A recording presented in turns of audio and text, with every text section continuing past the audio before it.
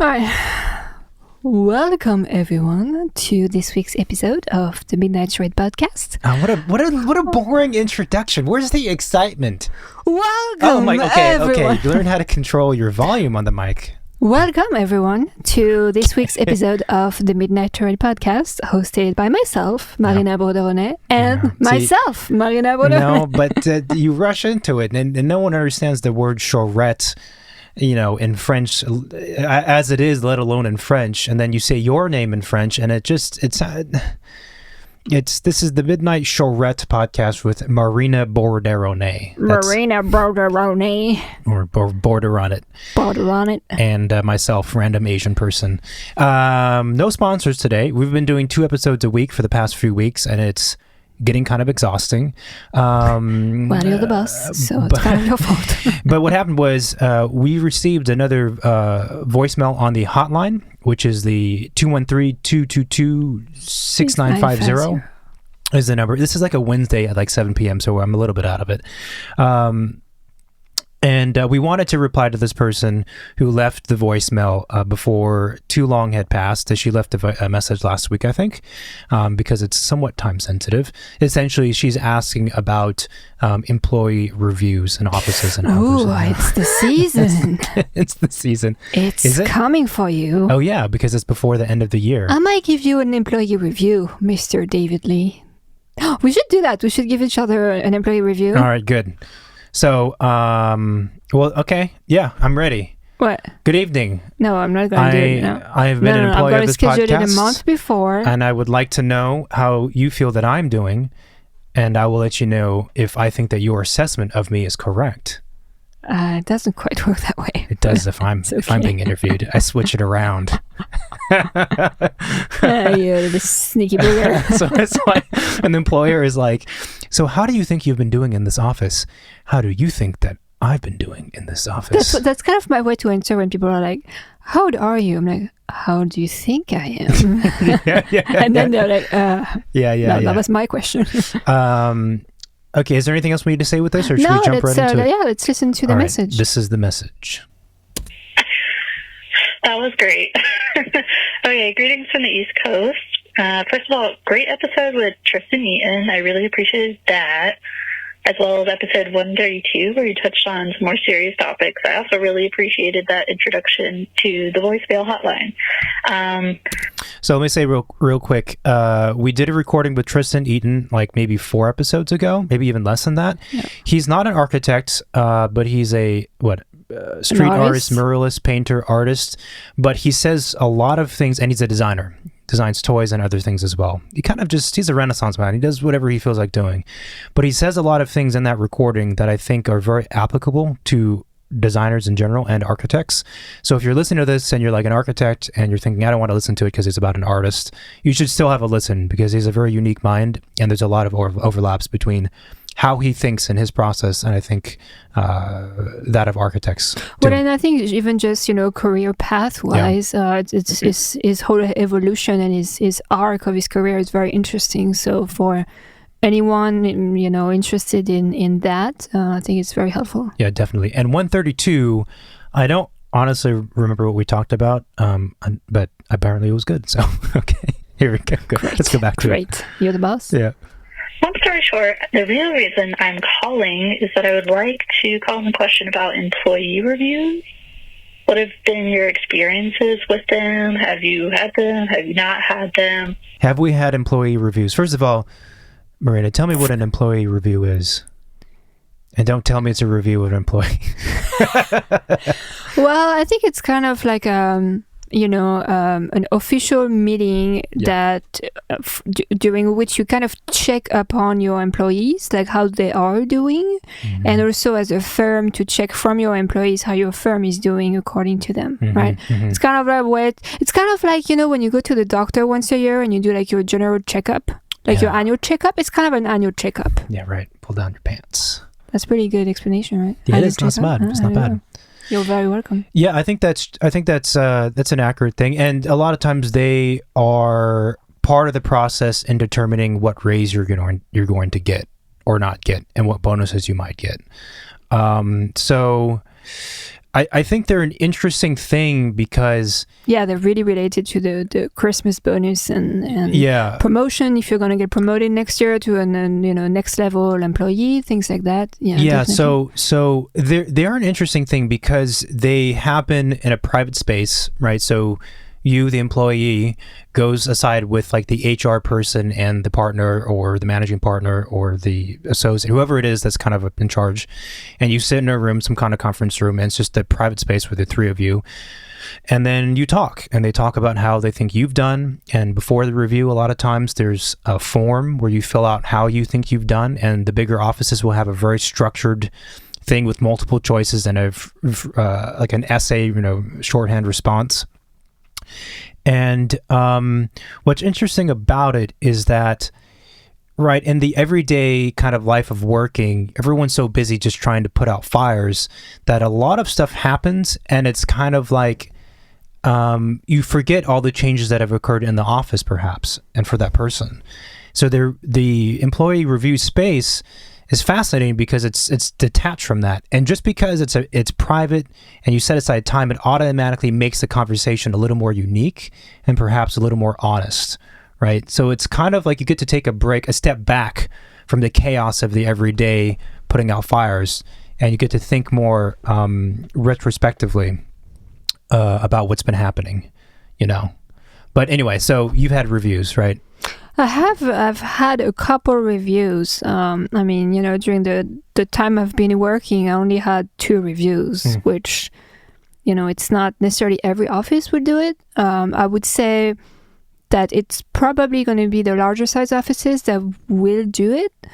Maybe because the smaller size, you might be closer to your boss, and you might be able to voice what's going on, your preferences, the issues you have, anytime during the year. You don't necessarily have to wait that review to do it. Well, I think that's true, but I think it's also that the larger office, they have to be organized. You can't have an office of 60, 200, 500 people and not be organized. They have to be super structured. And the only way for them to really kind of quantify how everyone's doing is through reviews and through like those forms that I was talking about. Yeah, the small offices, and they're organized because they have hierarchy, they have different levels of staff, salaries. Yeah. Like you can't just randomly promote someone if you have like 60 people working for you, because 59 of them are going to get upset, right? Yeah. If you're an office where you're 10 people and you each have your own kind of level and there is not really a clear hierarchy, things are a little more organic, so it's not as strict. Which is not a good thing.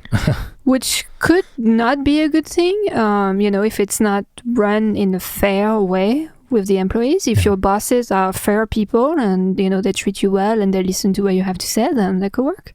Yeah. So I think it really depends. So, but your reviews, did they go well? Were you... I had 2 reviews. They go horribly. You're fired. So you're right. So what they do, right, they send you some kind of like survey form to basically evaluate yourself and what you're expecting from the firm and how you see yourself in the next year or so, like what your goals are, right? Yeah. It's kind of you're making an assessment on your career, and you're trying to steer the direction of your career one way or the other for the upcoming year. Mm-hmm.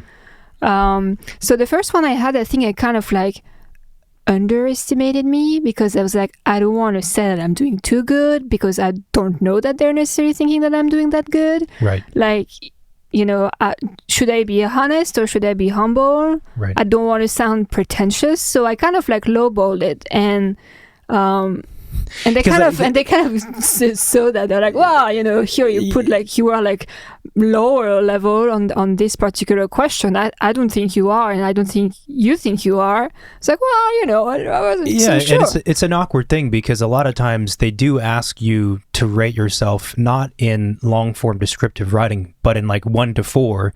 Yeah. 1 being you've done horribly, 4 you're awesome and stellar. And obviously the way they word number 4, or the highest number, whatever it is like some outrageous, like, I'm perfect, I'm an angel, and I'm the next, I'm in the embodiment of Jesus Christ is like number 4. It's like, well, okay. But I think on one question I don't think I'm Jesus. But I think on one question I rated myself like pretty good, because I was pretty confident, and one of my reviewer, who was one of my project manager, I had, I think, a couple of people, was like, the only person who would put a 5 there would be basically one of the founding partners. And I was like, oh, okay. So it's like, I would not give you a 5 there. I'm like, oh, all right, well. Okay, well, thanks, dickwad. Then why do you put the number 5 there? Fucking asshole. So it's like, oh, god damn it. I'm so glad I don't work for anyone. So the thing is that, it's so at the end, you're trying to be objective about yourself, but it's still all subjective because it depends on who your reviewer is and what they are going to think about yourself, not necessarily in the most objective way. So it's very difficult if you're trying to score yourself to make them happy or to make you look good or to be what you think is real. It's very difficult to gauge it. Yeah. But I would try and be as honest with you as possible when you rate yourself. Well, let's not skip forward here. Like, we're just talking about your experiences at this point. We have more of the voicemail to get to. So what I did the year after, right? I tried to be actually more, okay, well, let's be honest here. Like, what are you worth on this question? And and if they're questioning the grade I give myself to that question, what would I say? Well, I think I give myself a 5 because if you go back to this and that, I thought I did pretty good. And if you're gonna say not so much, well, tell me why. Maybe I didn't see that. So then it becomes more of an excuse of discussion than really just numbers. You're trying to understand why you are not necessarily agreeing or why you're agreeing. Yeah, there's a weird thing with presentations, reviews, asking for a raise, entering at a job. I said presentations? Yeah, even presenting to an audience or a group of critics. It's almost like the more discussion you can generate, period, the better. And I think more designers would be more successful if they approached all those different things that way. It's not a simple one-line answer, we're done. Did I get it? Did I win? Did I prove you wrong or did you prove me wrong? Or right? It's more like if you can just extend a conversation. Yeah. Right? Yeah. And a conversation is an interesting thing, really, because it's like here, it suddenly, it doesn't become about, it's no longer about the you versus me kind of relationship. It's like, here's this third thing, this other thing, this conversation that exists. It's Wednesday at 7 p.m. I'm a little bit drunk. It's this separate thing between us, and we can kind of rally back and forth off of this third thing. And that takes the pressure off of you as the presenter, employee, interviewee, whatever. It also gets the other person in the right headspace. So now you're kind of on equal playing fields in a way. You're level to one another, and you're rallying off this thing between you, as opposed to one having to be the dominant person over the other, which is human nature. Everyone wants to be the dominant person. As soon as you push against someone else, their first response 99% of the times is to push back. But if you can make it not about that kind of one or the other relationship, it can be quite helpful, I think. Yeah. So I think, the first time I went to my review, I was there for less than a year. That was my first review ever. I had no idea how that would go, what was expected, what was going to happen, what kind of question they would ask me. So I kind of went there thinking I'm going to take a test, take an exam, and I'm trying to do well and please everybody. And no, there is no issue. There is nothing, try and be the good, quiet student. I don't want to make wave. I want my bonus at Christmas. Let me play it safe because I don't really know how those things work. Then when I got that first round, I kind of understood what this was meant for. And the next one I had the year after that actually made it what I wanted it to be, and I think that's ultimately what the review should be. Yeah. It's your show. You should just run your show, right? The reviews that I've had, to be honest, most of them I don't really remember, and I think it's because when you know your team, whether or not that you be in a small office or a big office, you still work within a small team usually. When you know your team really well, and therefore you know who's going to be in the review, it's kind of like there's nothing unexpected. There's nothing unexpected to happen, really, right? Because they know how they're with you every day. They sit across from you. You're working with them. They know that you do well or you don't do well, and it's pretty clear because you're so close to them. So in a way, most of the reviews I've had have been kind of uneventful, which could be a good thing, but could also mean that I didn't push the limits or push of what I could get out of those. That's where I think it's a missed opportunity. Right. And I feel like a lot of like coworkers, colleagues, people in the profession, or anybody going to review, it's kind of like a chore, right? I have my review in a half an hour with so and so. Like, it's fine. Like they just go there. Like they have to go to the post office, drop off that package. They don't really care. I think there's just a really missed opportunity to not care about you and your review. First, because it's about you, your performance, your career. It's like being able to go vote, right? We're giving you a chance to matter in the pool in which you're functioning every day, right? Like we're giving you the microphone, we're giving you the voice to do it. So if you're being quiet, you're just wasting it. Let's get through a little more of this hotline message. Are they as productive as they seem? Should I go in there with the mindset that I'm just there to listen and get feedback, or should I go in there prepared with like, hey, I would like to do this. I would like to pitch these ideas. I would like to work on these projects and be a little more proactive. I'm getting the signal from my boss to chop the recording right there. So to that question, your employee review would not go well with this podcast. As the employee, I will critique you as the employer and say you're very mean. You wave your finger when you want me to stop the recording. You don't let me drink beer on the job, and you wouldn't let me choose the red color for the studio. Okay, that's called couples therapy, not employee review, but that's okay. We can do another recording about that. You take too much time in the bathroom. Definitely you do. To that question, I would say, again, that could happen in employee review. What? People taking too much time in the bathroom. That could be a complaint. Seriously though, going back to the question, should you be proactive before going to your employee review? Hell yeah. It's like again, you gotta try and make the most out of that review, right? The review is a big orange, and you have to squeeze good juice out of it. That's what I say. You're stealing my orange line. What? You never say that. Yeah, I say it all the time. No. I always talking about squeezing things. I totally agree. And this goes back to obviously what you were saying, what I was saying. All right, go ahead. It's a long one. Yeah, go. No, go. It is an opportunity, and I think what I was saying before is that a lot of the ones I had were not memorable, and you were critiquing that, and it's correct, because it's very easy to think of their review just as a minor blip in the kind of the journey of the everyday office experience, and that's a huge mistake. I'm trying to think of another example. It's like, I hate to always go back to teaching studio, but I find that I learned a lot of things from it. Stop rolling your eyes. It's like when you're teaching a student, you have a group of students and they're doing their work and they're not sleeping. If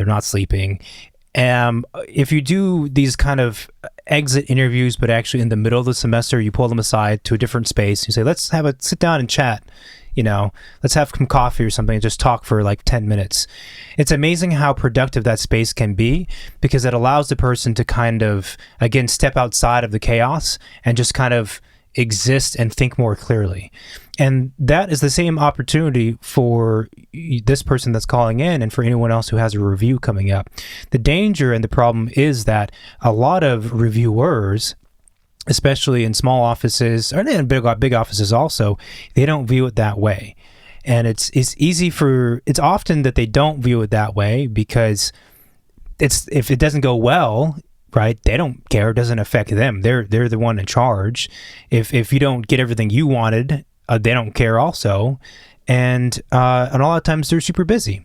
So it's like they're not going to... It's almost extra work for them to think about the review as this potentially really productive thing for you as an employee. But that's the case if you let them plan your review. No, exactly. The key is yourself to organize how your review is going to go and what are the key points you want to talk about, right? Yeah. It is like you said, like, teaching a studio and just like kind of go along with the routine. It's like a relationship without communication. Well, maybe, at some point you're both going to wake up and realize that this wasn't for you, right? Right. But it's the same thing. Like the review is a communication date, right? Right. So I would say definitely go with questions, things that you want to ask them, things you want to know. Go with goals. Like they're going to ask you, where do you see yourself next year? Or what would you be interested to be in the firm, in the future? And even just for your own sake, like you kind of need to wonder those things. You can't just walk blindfolded without thinking about it. You should think about it. And, some people might be like, oh no, they won't listen to you. They won't do anything. It's completely pointless. Well, yeah, but what is the hurt of asking for something and maybe it won't happen instead of not asking and maybe it could have happened, Yeah, that's a terrible mentality to have.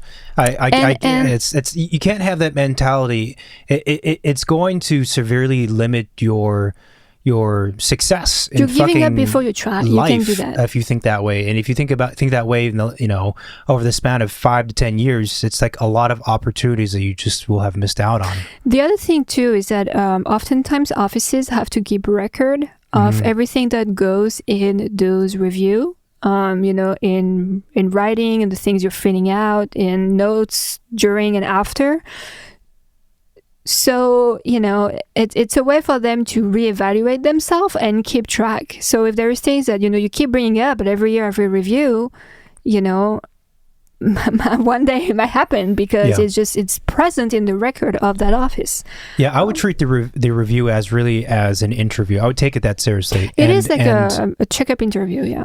And actually, most of the time for me, I did treat it that seriously, but the reviews were not memorable because everyone knew each other so well, and I wasn't asking for a lot.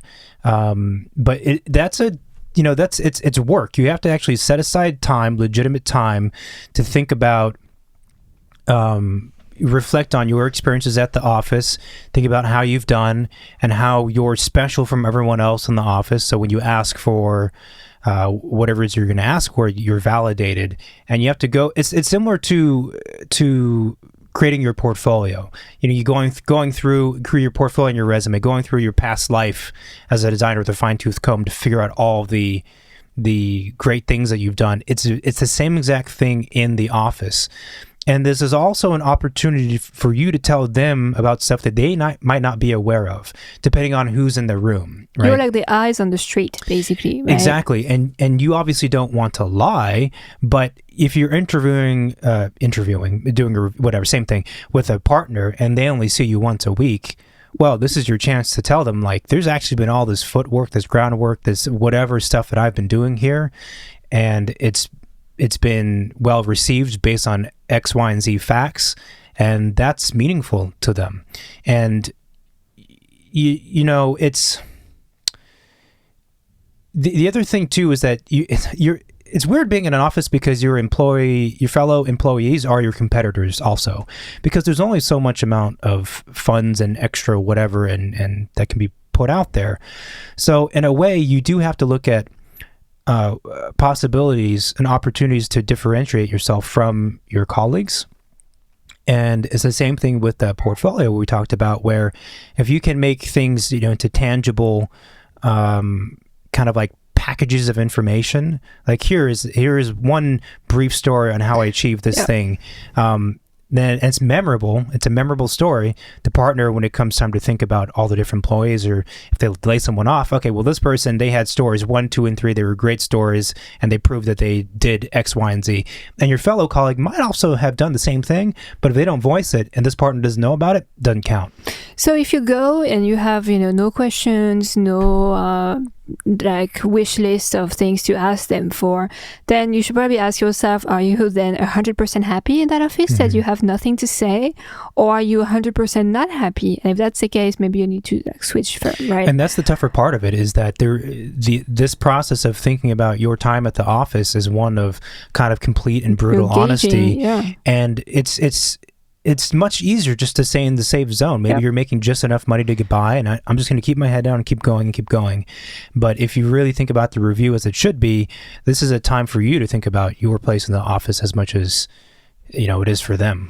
And so to go back to like my last review experience, I think a few months before the review were supposed to come up, which is usually around November, December, right? They start scheduling them and do them. I started a note file on my phone, and I was like, all right, this is going on my list for my review, and this and that, kind of my wish list for Christmas, you know. And then I organized all of the points I wanted to talk about during my review in like different categories, right? There's stuff about the office culture I would like to suggest, or I think are not working out, or types of projects I'm working on right now and my role in them, and what I would be interested in doing next year. Things like that. And they would very much appreciate that you've spent time thinking about those things. I mean, at the very least, it shows that you're dedicated to not only yourself, which is what every employer wants to say. They want to have employees who are serious, and also shows you're dedicated to the office. Exactly. It's not, if you show up and your review lasts 10 minutes and you're out, that's not a good sign. I think my review lasted over an hour, so maybe that's not a good sign either. But then that means that you care about the people you work with and the office you work for, and you're not just there to do your hours and you're out. And there is also, I would say, the tone with which you are speaking your wish list and all the things you have to say. Yeah, I have a tendency in that scenario in using humor a lot. And sincerity, like actual stories, and make them laugh. And, even if I'm complaining about something, I'm not gonna angrily complain about it. I'm gonna, make it a joke, but they're still gonna understand that I'm not fully happy with it, So you're not blaming them. You're just pointing out the things and hoping that they can help you out with it. Yeah, and this is reminding me, we did a recording... a while back, where we talked about the importance of honesty in an office. And we didn't specifically talk about reviews, but we did talk about how to approach your project manager employer with issues that you're seeing in the office. And I'm sorry, I don't remember the episode, but if you go to our website, we have a search box. I think if you at least go to the work category, #work category, you'll be able to find it, and it's probably in the description. So maybe type in the word honesty in the search box, because the search box actually goes through all the text, right? So it might find it. But in that discussion, some of the things we say are that it's important to be honest to your employer about how you feel, about the good and about the bad, maybe we said this on a different podcast when we were being interviewed about the good and the bad. And I think there's different ways to communicate it, and you talked about many of them. Humor is the best way. It's the best way to communicate many things, and stories. We humans are generally emotional beings, and we will remember a good story above anything else. And that's a great way to market yourself, your entire office, is through stories. And so that's where. And that's also, it's more engaging. So you're not just listing a bullet point. Here's 1, 2, 3, 4, 5. Why I'm good. I'm out. It's no one's going to care. Yeah. And also those words are probably really generic. But if you have a problem and you're bringing up something negative, you always have to propose a solution to go with it. Yeah, and you can just complain. Want to make sure that you sound like you're not complaining. You can't sound like you're bitching. This is not the space for you to just bitch about what's going on. It has to be productive, and you to show that that you're trying to make it productive by proposing a solution. I think one of the concerns maybe with talking about issues that you see in the office is that going to come back and bite me in the ass? Worst case, I get fired. Other than that, maybe I don't get the raise I want, or maybe now I'm on someone's blacklist or whatever. So there is the political aspect of it, and you need to be aware of it in the office. Also, the bigger the office, the more complex that network of politics becomes, because you don't know who knows who and how long they've been there and who's the sisters, cousins of whatever. But I'll say this, I still think honesty rules, and even if it gets you fired, it's for the better. You don't want to be at a place where you can't voice your legitimate, objective thoughts. If you voice them sincerely and with humor and all that other stuff, if you're not able to voice that without serious repercussions, you don't want to be there. And it's happened to me, actually. I don't think it wasn't a review, but it was the same kind of setting. Mm-hmm. And I voiced my opinion about some things I saw in the office. And in particular, there's this one person who was on the team I was within, and this person was being really, really difficult to work with.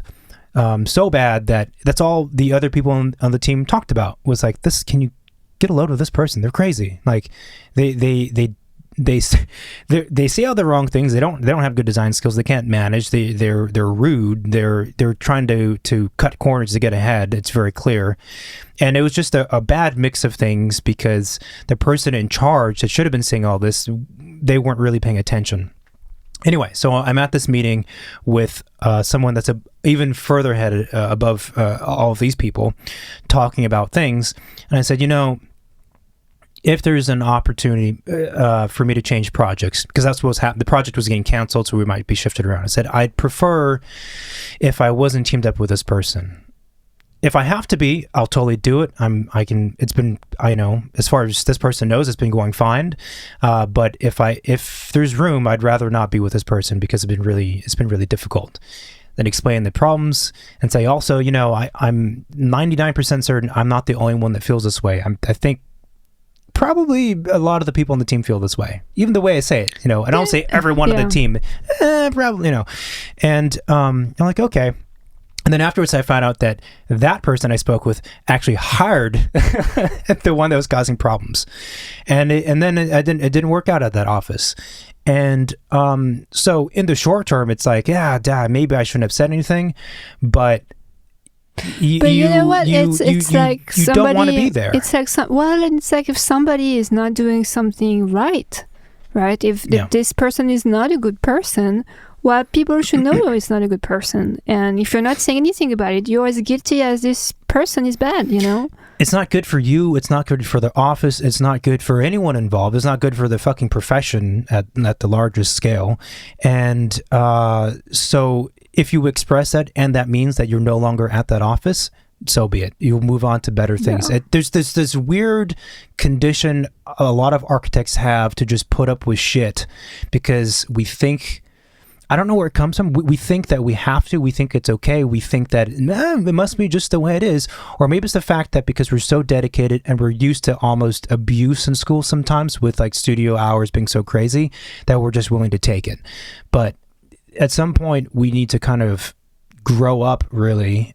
I'm not talking to the person who called in, but us in general, and realize that if something's not going right, then you either fix it or you leave. And that's the only way we're going to kind of improve things. But anyway, so I think honesty is totally key. And I think as long as you present the information, compassionately, it's good. And if you have that list of all the bullet points you want to talk about, I would definitely try and organize them in the order that makes the most sense to you. But try to have something positive and exciting as the last piece, because that's what's going to end the conversation.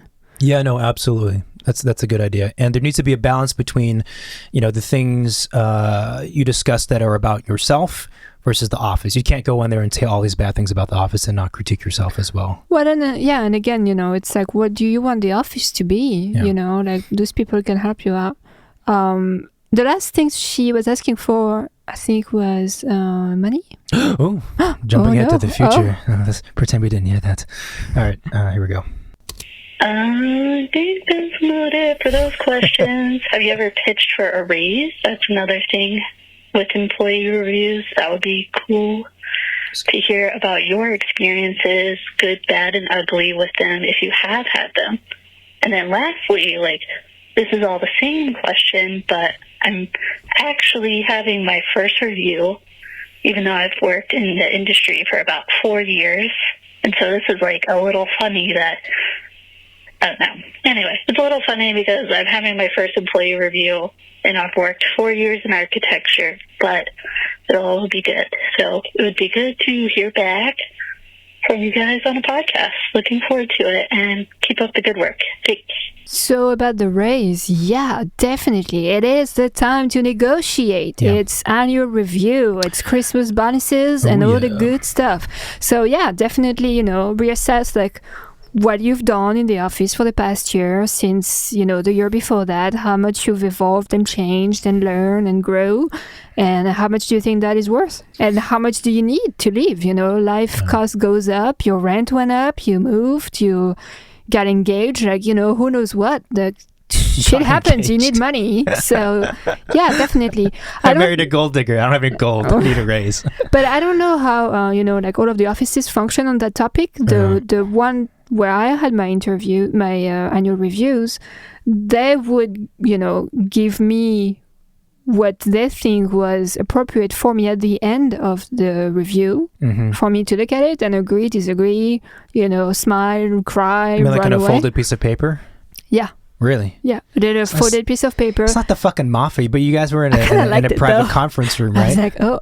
No, but not everybody who's at the review would know that number. Oh, I see. So, let's say only the HR person would give you that number because your PM might not know how much you're paid. Right. Oh, secrets. Right. I kind of appreciate that level of privacy in a way.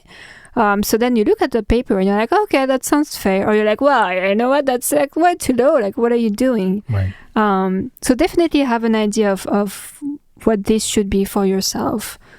And then about the bad and ugly, of course. I mean, there is bad and ugly stories. Yeah, asking for a raise is a difficult thing, and I think we've talked about doing a full recording on it, where we've kind of sat down and thought about this before hitting record.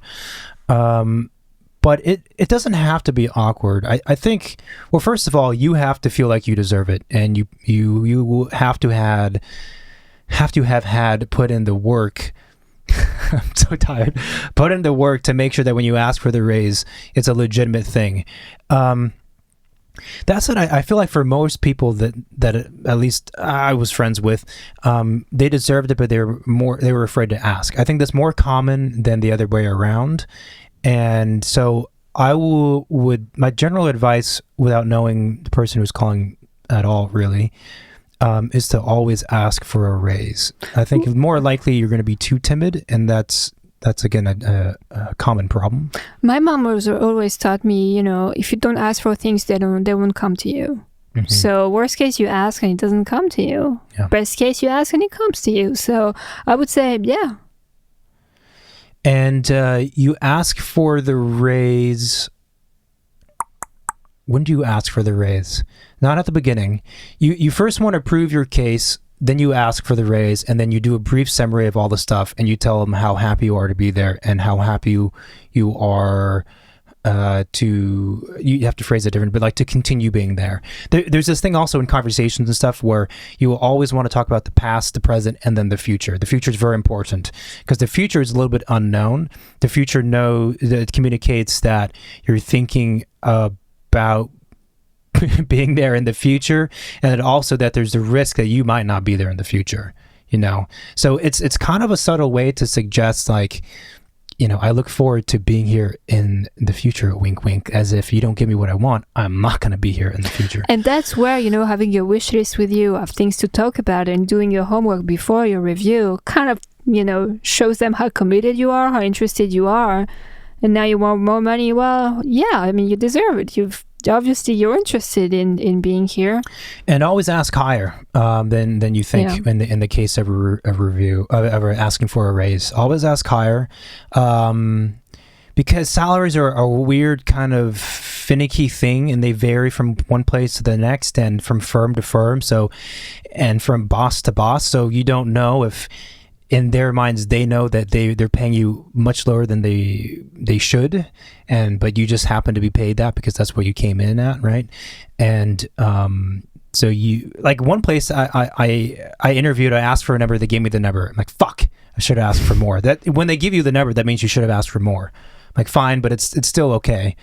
Go in there. After a year, I got like a massive raise, and I was like, God, I was way under. I mean, I've evolved as an architect and as whatever in a year, but it's only been a year, and I'm getting a huge raise. So I would always ask for more, and there's no shame in it. And if you ask for way too much and you haven't done good work in the office, then they're going to think you're arrogant. But then guess what? You are arrogant, so fuck off. If you ask for way more than you probably should be getting, but you've put in a lot of work, then they're going to say, yeah, you're quote unquote a bit high, but let's dial it back. And for everyone on the younger side, they're like, okay, yeah, this kid's asking for money. He doesn't quite understand, what 10 grand means in the larger scope of things. So he's off. It's totally fine. We're still gonna give him, something good. And the thing is too, you can go on the Glassdoor's website, and try and get a sense for the level you're in, like how much they pay in your office. If your office is big enough to be on that website, that could inform you, because you'd never want to ask your coworker how much they're making. Like it's awkward, and it's difficult, but you don't want to be like way under. So. Yeah, you don't want to be under. So I would always ask for more, and that's just the way negotiating goes anyway. And then you settle somewhere, between the two, and that's the other thing too. By asking for that raise, depending on how they respond, that tells you whether or not you want to stick around. The other thing too, if you're a little bit competitive and calculating, 3 months before the review shows up, you're working really hard, doing all-nighters, staying late. I mean, I've seen people doing that literally, because it's the last few memories that your reviewers will have of you in the office, is always being here super early before they show up. And then it's oh, this person's been working really hard lately, even if it's been just for the past 3 weeks, right? Yeah. Then they look better at the review. I've never done that because I hate that kind of calculation, but it is things that if you observe a little more clearly, you'll see.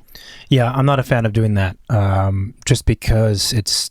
Because if people are smart enough and see it, it's pretty clear. Yeah, it's slightly dishonest, but my issue with it is less that. It's more like, I'm not going to fucking put in more hours so I can impress someone for 3 months to get a raise that I already deserve. I'm not going to do that. You give me what I deserve or I walk. And yeah, so I think the hesitancy with talking about numbers, financial numbers, and how much you make a year is understandable, but just throw it out the door. Just fucking ask and see what happens, Yeah. And they know that you're young. They're not going to hold it against you. And if they do, then you don't want to be there again. You know what I asked? Everything's a test just to see how good the employer is, really. You know what I asked on my last review? What? Summer Fridays. Yeah, well, I had lunch with my coworkers, and we always complain about things in the office that are right or wrong, or those things we wish we had that other office had. So I'm not Peter Pan or whoever, right? But I'm thinking, well, if there is 20 people talking about the same stuff, maybe someone should bring it to the attention of the upper management, because like you said, they might not even think about it. They might not even be aware that that's a topic of conversation during lunch, really abundant one. Yeah. So I brought it up. I was like, hey, I've been trying to use that suggestion box. So when there was one, when we moved office, and I put in the suggestion box Summer Fridays. So it was not related to the new office, but I was like, well, Summer Fridays. The suggestion box was specifically for the new... For the new physical office that we moved in. Or what people wanted. Oh, can we have, light over here? Oh, can we have a table for this? Right. And I put Summer Fridays. And then one lunch meeting on Monday meeting, someone was like, so we're going to close the suggestion box because we've been having weird requests. And I looked at my coworkers. I was like, "Yeah, as for Summer Fridays, I bet that's why they closed it." Oh God! So I was like, "Well, guess what? I'm going to bring it up at the annual review." So I did, and I tried to make up the case for how Summer Fridays were good and blah blah blah. And it's kind of like you're a kid and you're asking for a white horse or a unicorn, and your parents are like, "Yeah, you're just never gonna get it, but that's okay." I think that's legit. Even if the box was dedicated for the new office space, if you have employees putting in other suggestions unrelated to the office, But that was my goal. My goal was to show them that we need a suggestion box for other things than just for what they were trying to guide us for. That tells us more about the employer and less about the employee, because it's so as an employer, you have someone putting in a suggestion, and the idea of Summer Fridays are where you get either all Friday off or half a day Friday off. But a lot of offices in New York and other places, I think, do it where during the summer there's a little extra time to enjoy the summer. And most offices, in fact, you have to make up those hours anyway. So a lot of the offices I worked at where they had summer Fridays, the employees did the calculation. You have to work X amount of hours during the week to get this half day off. That the office was actually getting more hours out of us by having summer Fridays than not having summer Fridays. Yeah. But so that's what summer Fridays are. And it might sound like that's a, casual, flippant, silly request that's just for, it's like an amenity for the employees. But it's a legitimate thing, especially if you're in a city where like every fucking office does it. But regardless of what the request is, if you have a box that's dedicated to one thing and you have employees putting in requests and suggestions for other things still office related, it should fucking tell you as an employer that there's space for a conversation. Even if it's ignited by something as light as summer Fridays. And so to me, if the employer's response is like, okay, we're going to shut down this whole thing. Okay, well, fuck you. Like, how arrogant are you? Come on. Like, seriously? Well, I mean, like, what's up, man? Like, why are you being this way? So that's the attitude I always had as an employee, was this kind of, I'm just testing the employer constantly, because I'm pretty sure I have an understanding of what right and wrong are, or what better and worse are in terms of running things in an ideal situation. And I know you can't always have it every time, but sometimes it's the small things that can kind of really give you a deep insight into the psychology of the office, the small things. And I think that I'm a believer in that.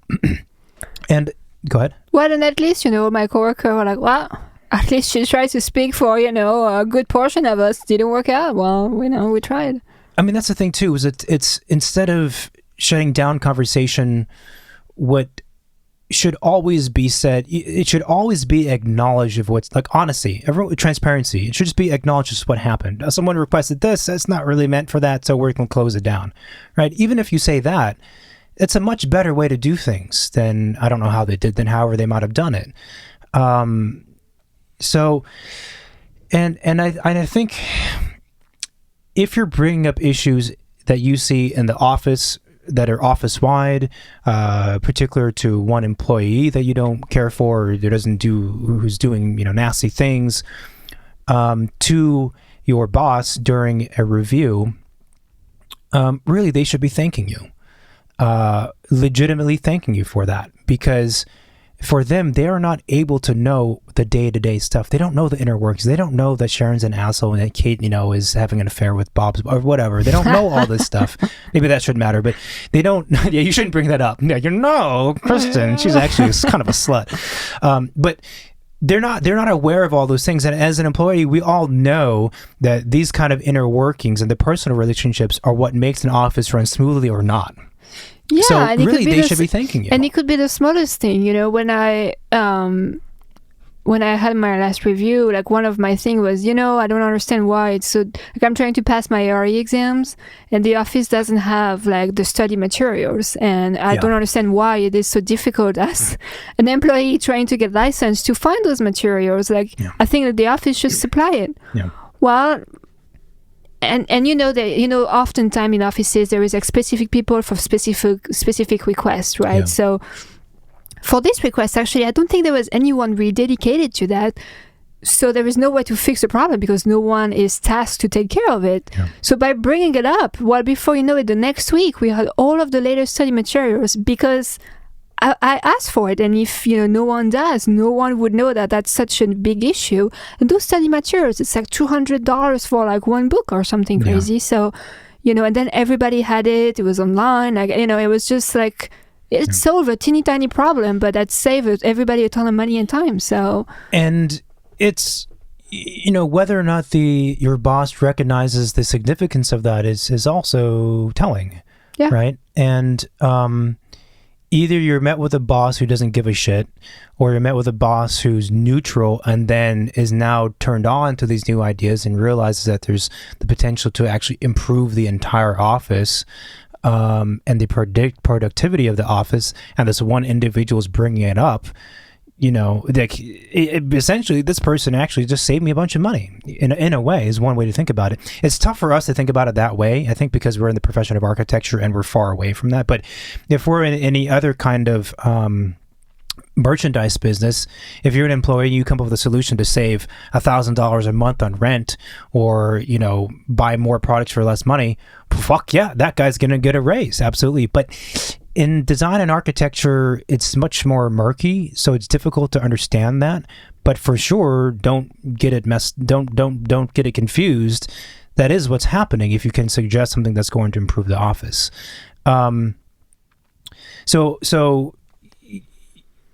Long-term thinking, because I think when you're at a place or working for someone else, you have to think long-term and short-term.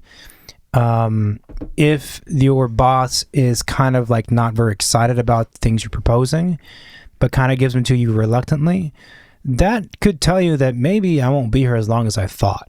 Because generally speaking, whatever personality the boss has, it's going to stay the same. So a lot of his or her personal flaws are ingrained, embedded. They're part of the office, and those are never going to go away unless he changes.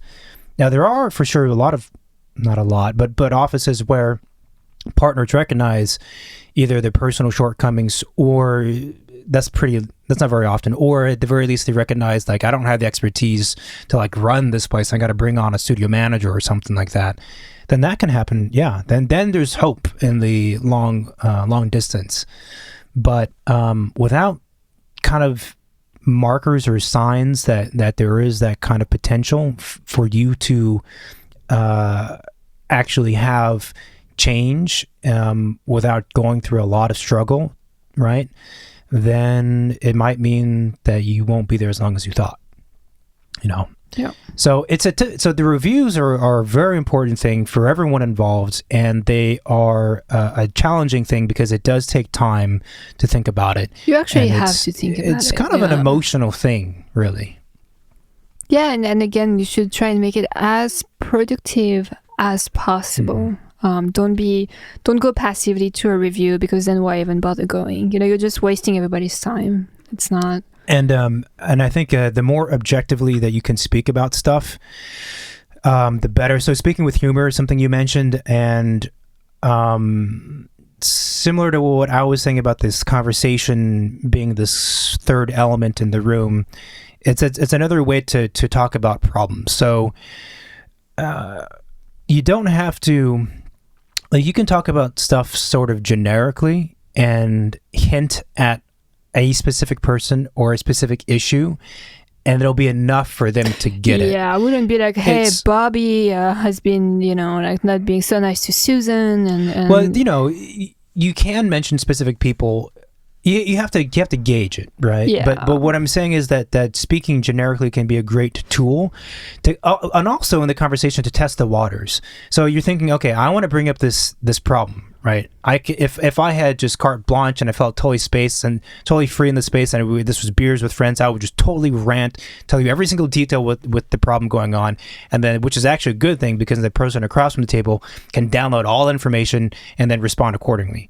But this is a formal situation. They're my boss. There's a power kind of relationship, so I can't do that. So what you do is you float out the idea in a generic way, lightly, potentially with some humor, see how it goes.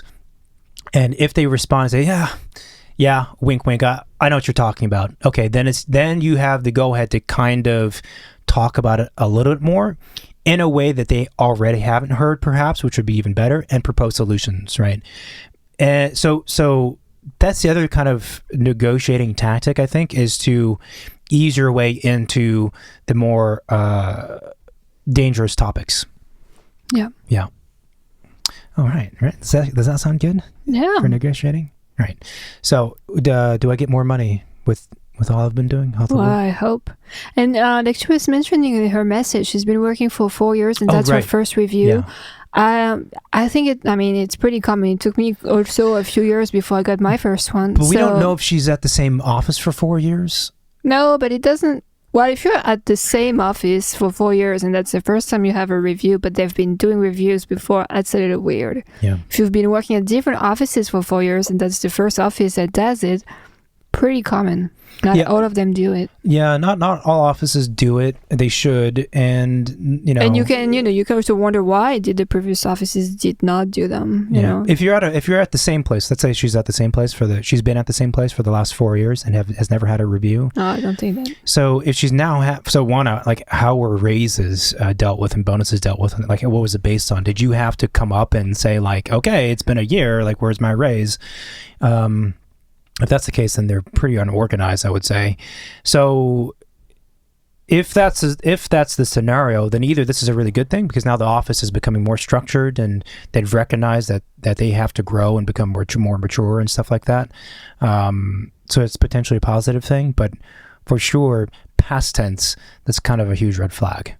Right. It's a red flag to me when offices don't do reviews. No. But again, it depends on the size. Like I've worked at offices where we were 12 people, and why would we have reviews? We were just a big family. No, but see, that's exactly. Or like I work in an office where we were 3 people. Okay. Well, that's a little bit different. 3 people, but even then, you have to. Yeah, but something wasn't right. I just go straight to my boss and be like, "Hey, I want more money." I just go straight to him and be like, "I want more money." Yeah. But no, that's great. But that puts more pressure on the employee to be proactive about making sure that these kind of conversations are being had. And it's the employer who should be doing it for the benefit of their own fucking office. Do you know what I mean? And letting it slide is the dangerous thing, because years can go by and you realize you haven't had an honest conversation with your boss. And also you might find the thing too is, when you're in this other space, the space of review, the space of quitting a job or whatever, the honesty goes both ways a lot of times. So the boss that's sitting across from you might actually start to communicate, or the partner or the manager that you're speaking with might actually start to communicate things that they wouldn't normally communicate in the everyday. It's the same thing like when you leave an office. Every time I've left an office and I've told not the head partner, but someone below that I'm leaving, they're like, yeah, I've thought about leaving quite a few times.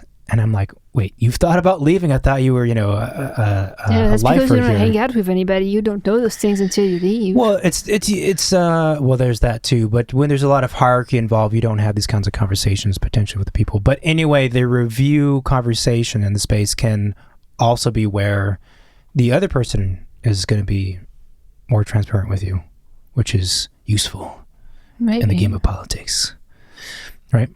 Yeah. All right. So I hope that we answered some of your questions and provided some good insights. If not, just hit the hotline again. Anyone else listening, you should call the hotline. It's 213-222-6950. Go straight to voicemail after a short, brief, humorous message from me, and then we'll play it on here and talk about stuff. Yeah. If we sound a little bit tired, it's because this is a Wednesday and we're going to publish it tonight. I think you sound pretty tired. I sound pretty good. Yeah? Do you? I don't know. I feel like the energy level dipped down at the end, right? It's food. It's food time. We got to eat dinner. Yeah. So anyway, but I think getting it out sooner than later is good. Hopefully this came out before. Review season's just starting, so yeah. I think we should be okay. The gentlewoman who called, call back in and let us know how the review went. Right? Yep. All right, cool. So thanks everyone for listening. We're on Spotify, iTunes, YouTube. This one won't be, I'll probably put it on YouTube, but without video. And we have a website, which is midnightcharette.com. Reach out via the hotline, 213-222-6950. Call or text it. Email us with whatever else is going on in your lives. And we are on all of the social medias, right? Yep. All right, cool. We appreciate that you're listening. It means a lot. We love it, and we love this kind of community that we're starting to develop. And we'll talk to you again soon. Good luck out there. Good luck. Go get it. All right. Yeah. Go get that bonus. Okay. You need it for Christmas gifts for me. Okay. You need to buy me many gifts. All right. Talk to you next week or sooner. Bye. Bye-bye.